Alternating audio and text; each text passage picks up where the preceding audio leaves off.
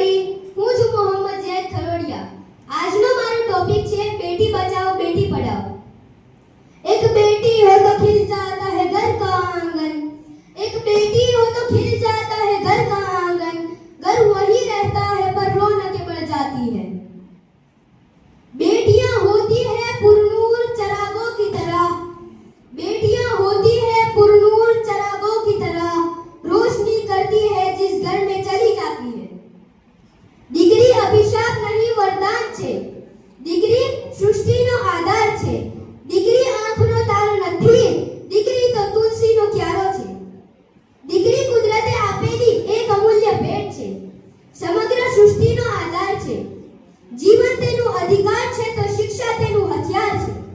મિત્રો, આ એ જ ભારતીય સંસ્કૃતિ છે કે જેમાં દીકરીઓની નારી શક્તિને માં જગદંબા, અંબા, દુર્ગા જેવી શક્તિનો અવતાર કહી તેની પૂજા કરવામાં આવતી હતી। આ એ જ ભારત દેશ છે કે જેમાં રાણી લક્ષ્મીબાઈ જેવી વીરાંગના પોતાના રાજ્યની રક્ષા માટે તલવાર ઉપાડી અંગ્રેજો સામે જંગે ચડી હતી। મિત્રો, છેલ્લા કેટલાક દાયકાઓથી જોઈએ તો દીકરીઓનું પ્રમાણ સતત ઘટતું રહ્યું છે। જે વિજ્ઞાન આપણા માટે વરદાનરૂપ સાબિત થવું જોઈએ તે દીકરીઓની જન્મની બાબતમાં અભિશાપ બન્યું હોય તેવું લાગે છે।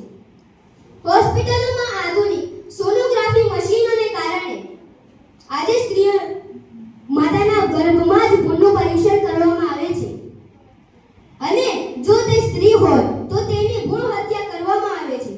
આવું પાપ છેલ્લા કેટલાક દાયકાઓથી આચરવામાં આવી રહ્યું છે। જો કે સરકારે આને ગેરકાયદેસર જાહેર કર્યું છે અને